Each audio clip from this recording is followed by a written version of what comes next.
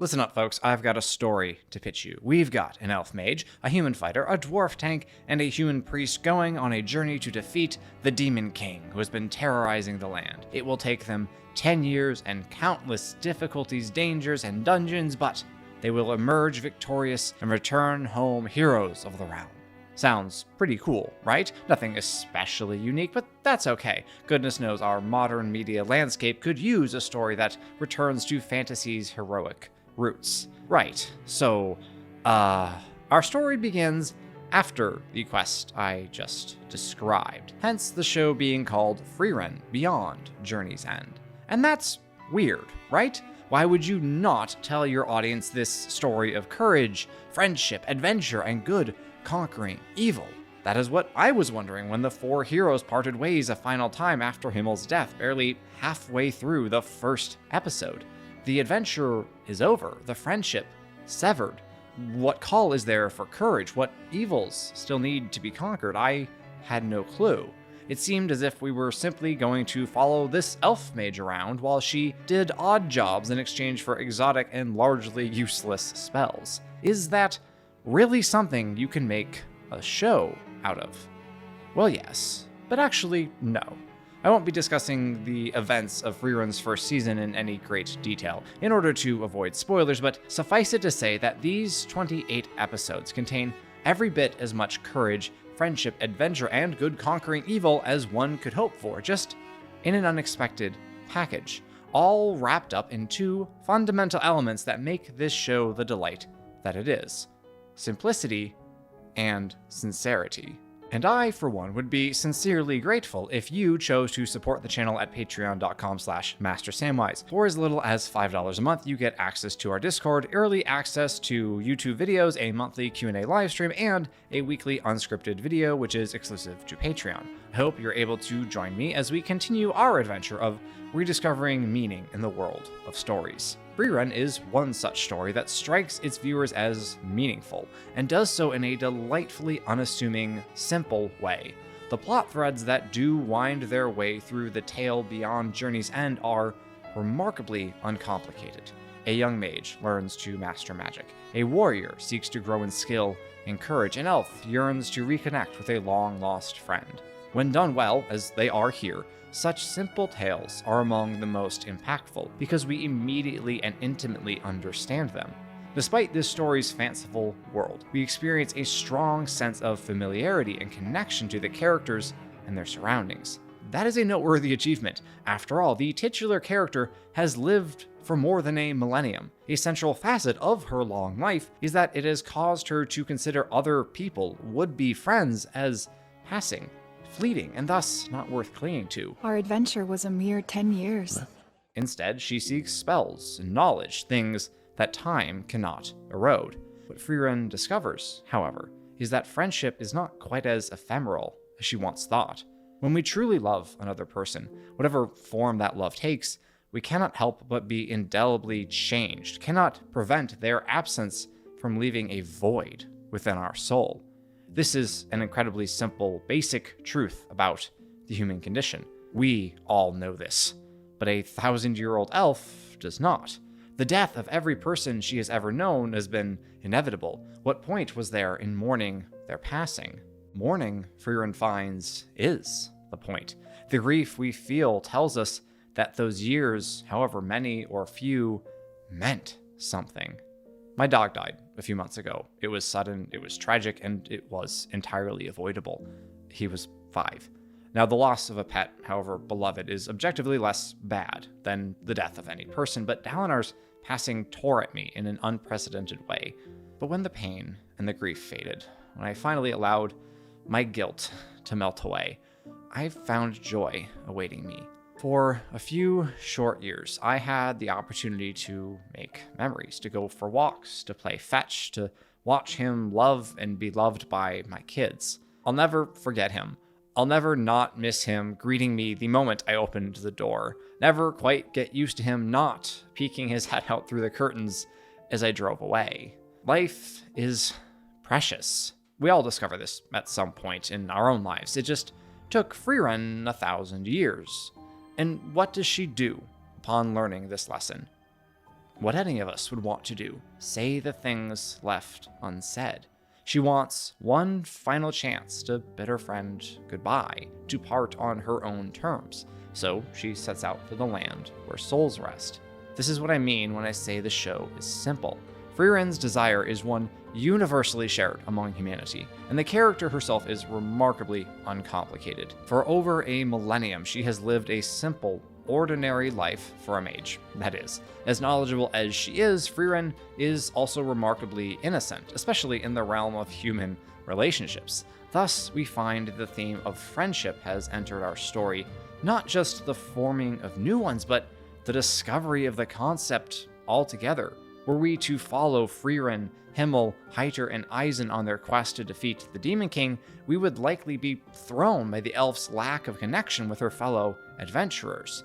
Honestly, I'm not sure how you'd tell that story. Writing a character who is somewhat bonding with her fellows, but not even realizing that she's doing so would be an immense challenge. On second thought, maybe I won't remember you.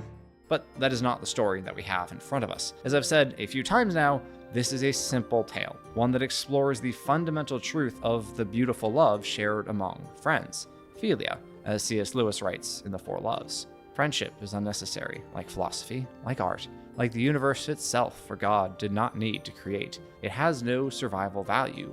Rather, it is one of those things which give value to survival. This is a theme that can be found in a galaxy far, far away. The reunion of the three friends after Luke destroys the Death Star cannot help but tug at our heartstrings. We see it in The Lord of the Rings time after time after time, from the fields of the Shire to the slopes of Mount Doom. Philia can be found in the bond between a man and his robot, a soldier and his AI construct, and two outlaws who take a gamble that love exists. These unfamiliar embodiments, as J.R.R. Tolkien would call them, show us the true form of virtues, inspiring us to love fiercely and well. Frieren feels no need to dive into complex topics or highly nuanced themes. It is content to lay a foundation. The simple story is often the most profound, but only if it takes itself seriously. One of the problems endemic to today's storytelling world is the apparent need to undercut nearly every serious moment with a joke, a quip, a reference, and a bit of meta-humor, or all of those rolled into a single line. The pitiful remnant of the MCU is the worst offender here. Okay, maybe he's not that great. Oh no, not good. But hardly the only one. It seems to me that we hate the idea of someone else laughing at our sincerity, so we beat them to the punch. We're a culture whose greatest fear is being ratioed on Twitter. Frieren isn't afraid of any of that. You can call its plot simple, its philosophy basic, or its characters plain, and it will not care. It will spam Zoltrak at you and continue on its merry way. How does the show achieve this sincerity? Simple. It imbues its characters with that very trait. Frieren is earnest in her desire to see Himmel again, instructs Fern with the utmost care for their shared art, and treats Stark with a respect he doesn't even realize he deserves. Fern is intense, focused, and dedicated to her study of magic, in addition to being the only reason Frieren gets anywhere on time. And Stark, although utterly pedestrian compared to the two mages who can fly and shoot bolts of energy from their staffs, is taken utterly seriously and shown to be a foe few should dare trifle with. These characters are all just so wonderfully genuine. They are who they are, and they make no apology for it. Far, far too many characters these days are stand-ins for someone or group of someones, Elf workers, taking your trade! or need to represent an idea, a movement, or embody the entirety of a theme. It's painfully obvious that they have been written to a role, placed into the story to convey some particular thing that the writer just could not leave out and could not find a way to weave in naturally. I cannot tell you what real-world idea Fern illustrates, or who Stark is supposed to represent, or what allegory is posed by Frieren's character arc, and I want it that way. You should write characters to tell a story, not to prove a point. This is fantasy, not commentary. Frieren, the show, realizes that. I mean, I guess I have to credit the manga for this, and for all of the anime's good attributes, but you know what I mean. The characters are simply the characters. They live the lives they live, and venture on whatever adventure happens to meet them when they step outside their door. Are there lessons to be gleaned from their stories, meaningful themes that arise from their interactions with the world around them? Of course there are. You can't write a good story and not find truth along the way, no matter how much your story world may or may not match the real world. Now, unfortunately, many people seem unable to leave the real world behind, even when considering an innocent, unallegorical show such as Frieren. Note, I said innocent, not naive. Frieren herself is the former, but certainly not the latter, as best evidenced by her proclamations regarding the nature of demons. Other people disregard those warnings, only to later wish they had heeded her words. Some viewers, maybe most viewers, were relieved when it turned out demons were in fact thoroughly evil, despicable beings who must be dealt with in lethal fashion. If you're like me, you are utterly sick of the glut of movies and shows that make villains like Cruella de Vil out to be sympathetic characters. No, Netflix, I do not want a film about how Cinderella's evil stepsisters were actually misunderstood. Please stop.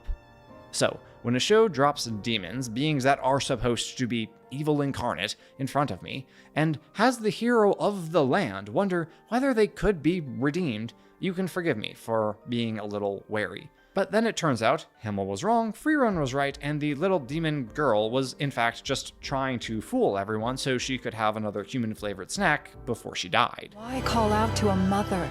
That word stops humans. It keeps them from murdering us.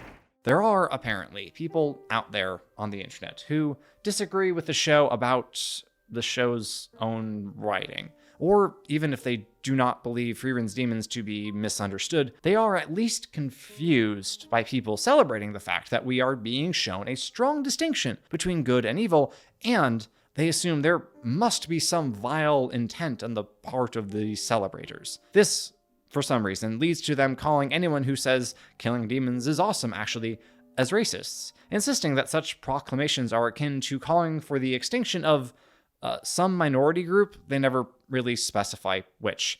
There are people who set up strawmen, and then there are these people who buy the land and plant the field first.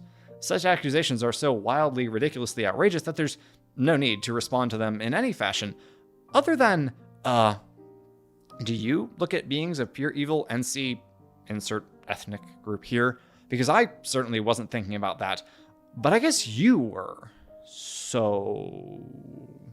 It's wild that a show can be so genuine, so sincere, so truthful about good and evil that it inspires a moral panic among people who, I would bet, largely don't even believe in objective morality. But don't let all that discourse, though Twitter comments hardly deserve such a term, make you think that Frieren is just a show about killing demons. It is, and that's great. But it is more so about friendship, adventure, courage, wonder, and so much more. You'll enjoy it when you first watch it. But then, if you let the story sit with you, you'll probably discover you love it. And those are my favorite stories. The ones that stay with us. So yes, Frieren picking up its tale after the grand adventure's completion may seem an odd choice, but it works perfectly, because this simple, sincere tale has yet another adventure to follow, the one that will show Frieren herself the true beauty of the journey that has already ended. And if you were wondering how other studios can replicate this success, watch this video on when Marvel actually knew what it was doing. Thank you for watching, God bless, and I will see you next time.